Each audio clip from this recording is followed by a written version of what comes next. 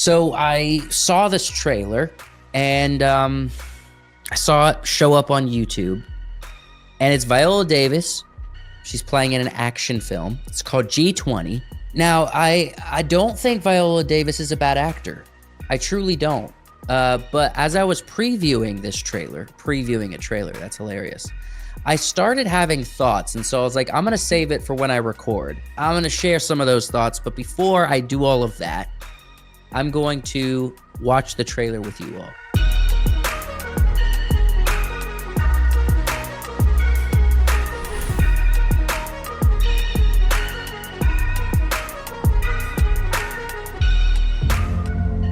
Madam President, we have a situation. Ma'am, apprehension is minutes away. A little much, don't you think, Mom? Zip it. You and your brother are coming to Cape Town with us. Why? You know why. All you ever care about is work. I implore all world leaders to join me at the G20 summit. Come on, Madam President. Oh, damn. Now we gotta go save the world. The 20 most powerful world leaders together. Going dark in 3, 2, 1.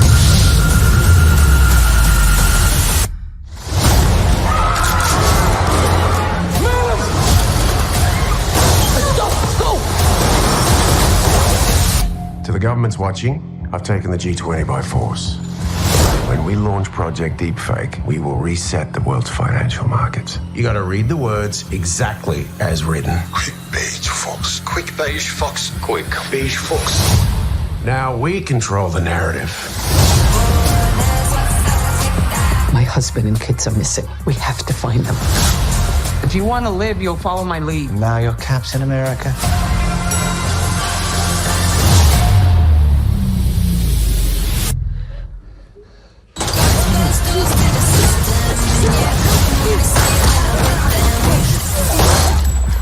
That was quite, well done. They've got at least 5 hostages in the kitchen. Your survival is what matters most. I will not leave them. Drop it! Guns, guns, guns, guns, guns, guns, guns. President Danielle Sutton. You get around, don't you? I'll get around to you, too. Mom, I can help. Lights up. Find her. Where are my husband and kids? We're all here together. I'm gonna get you out of here.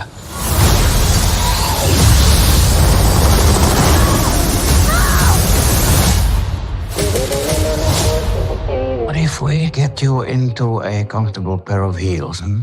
Do you want an honest answer? All right. Okay, so I could go for the low-hanging fruit here, but I want to be honest with you all. The low-hanging fruit, okay? We're in a weird political time. And movies like this, when you see them, I feel like the internet narrative's pretty clear.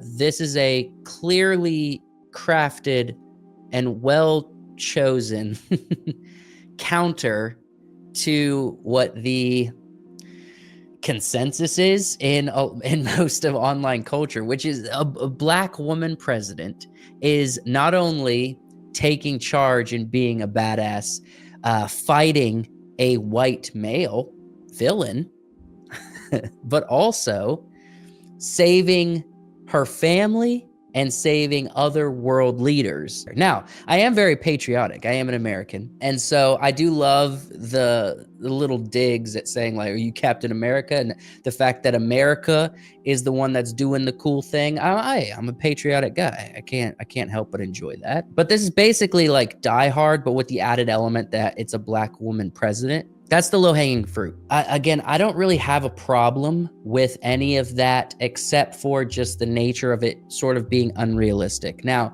there is another film coming out this year called Ballerina. It's Ana de Armas, and she is like the female John Wick, right? It's in the John Wick universe. And when I see this fighting style from that trailer, I think, okay, the fighting style, like if in a world that is supposed to be like, do what you can to make it as realistic as possible so people aren't completely disconnected from the film.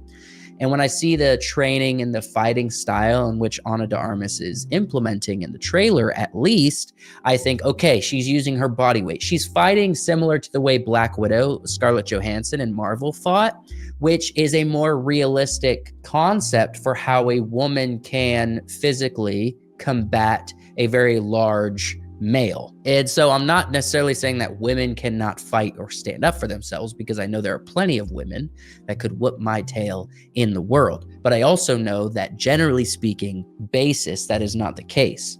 So there's some obviously politically motivated choices with this. And, you know, Viola Davis was in that film called The Woman King. I really didn't care for that at all. Didn't like the trailer, didn't like the way it was set up. And actually the characters, the women, the African woman tribe that it was representing actually done like a lot of messed up stuff to other African people. So they weren't the heroes that the film, you know, portrayed them to be. But with this, it's just kind of like, I don't know, I'm a little torn. I think the biggest question I have is, who is this made for? Who is this film made for?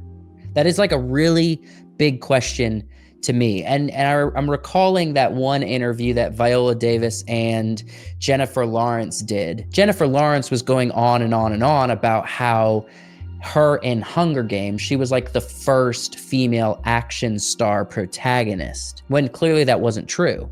And Viola Davis, with all of the experience in cinema she's had, she just kind of sat there and was like, yes, oh, that's such a good point. Like, you're making such good points for women that are truthful. And it's just like, that wasn't true. It was very clearly not true. There's been plenty of women that's been supported in action roles.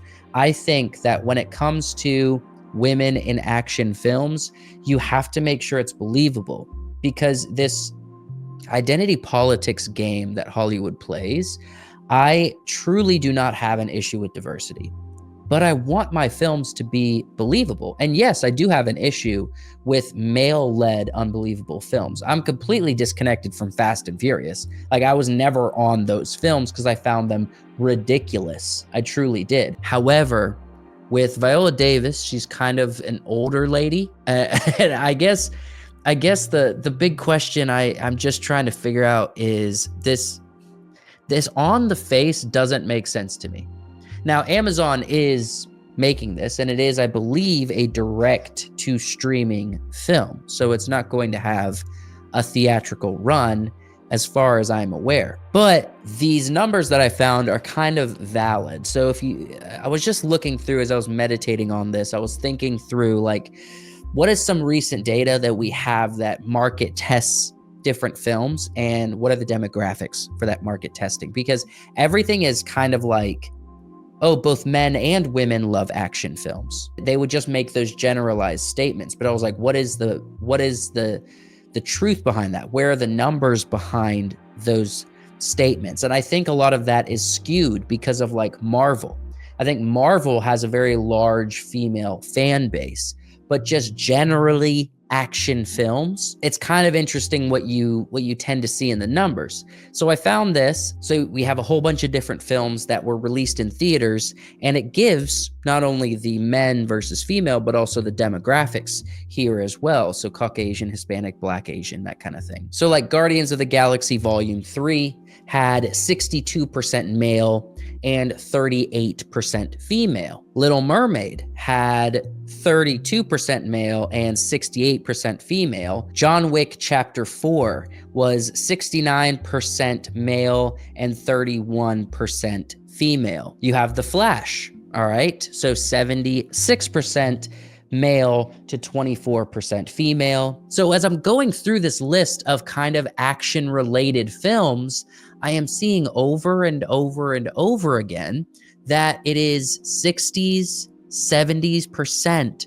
male versus like 30 and 40%, in some cases 20% female. I'm a little confused as to, like, if you're diving into the demographics and you're going to say, hey, who's going to actually watch this film? It's probably going to be men who are going to watch an action film like this. I mean, this is literally formatted very similar to Die Hard, except it's not Bruce Willis, it's Viola Davis. And if we're being honest, like, I'm really trying to be honest without just being a douchebag, all right? And I'm not trying to just be a whining, complaining kind of guy. Because honestly, I don't care. Like, Amazon Prime can do productions like this all the time and spend money on it, but I'm just curious to see what their demographics are.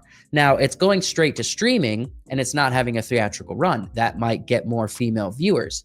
It's also potentially has a lower budget. Its budget might not be humongous, but those numbers are not public at this time. So they might not be taking a very large financial risk at this point. But what I think it's interesting when you see a studio, when we have very clear, correct modern data about who buys what, right? In the area of genres for films, you're choosing to make a action-packed story focused on a woman that isn't necessarily known for being like an action actor. I think Viola Davis is much better in her drama roles. Like, she's a really good actor. She really is. But this is just kind of, I'm just not convinced. And the big thing when it comes to getting a movie to sell is that the ideal viewer, like, knowing your ideal viewer is the biggest part to marketing and selling a film. Like, who is this film for? And you do that based on demographics. So when they're choosing to make a film like this, they are literally saying, we don't care about the male-female demographics. We don't want men to watch this film and see themselves as a potential version of this protagonist to be, you know, a heroic person. We want them to see a elderly Black woman who happens to be the president. So I just am saying, like, if you just think about it logically, it doesn't make sense why they would make these choices if the ideal viewer is going to be men. There's a reason that men protagonist action films have always worked predominantly. It's because you're marketing it to men. So this is like the opposite. Now, going back to the Ana de Armas example, well, this is another interesting choice, because if you would take a look at Ana de Armas's demographics of viewers, there's more men who are going to watch her films than women, probably. And a big reason for that is because a lot of men like her. A lot of men think she's very pretty, and I don't disagree. It's also plugged into the John Wick universe, so we have a foundation as to why she could be skilled. We have a foundation, or at least a setting in which we understand, and we also have seen from the trailer that they utilize and choreograph a fighting style in which would make more sense and believability. As unbelievable the John Wick universe is, it still has a believability to it when you're watching it on screen, so you're not completely removed. But Viola Davis just like jumping out of the top of an elevator and strong arming a dude and popping him in the head with her arm, like, I'm gonna be honest with you, when I see that, a dude that's like a lot taller than she is and probably has got at least 80 pounds on her, like, if Viola Davis tried to do that, I don't care how much training you are, just like pushing him up against, it's not going to happen. And so I just see that and I'm just like, look, do better. I mean, I just don't see the point of this film. Now, I know there's going to be probably a handful of comments that are like, oh, this is great for women. You're such a bigot and you're so sexist. I'm truly not. I actually love women-focused films. I just want them to be believable, and I want them to feel as though they're thought through. And this film gives me vibes that it is only for the culture war. It is only for social brownie points. And when I see a film that is obviously built on that foundation, it makes me roll my eyes. And I have a pretty good feeling that there's a ton of people that feel the exact same way as I do. Let me know in the comments your thoughts. I'll talk to you there. Thanks for watching this video. I'll see you next time.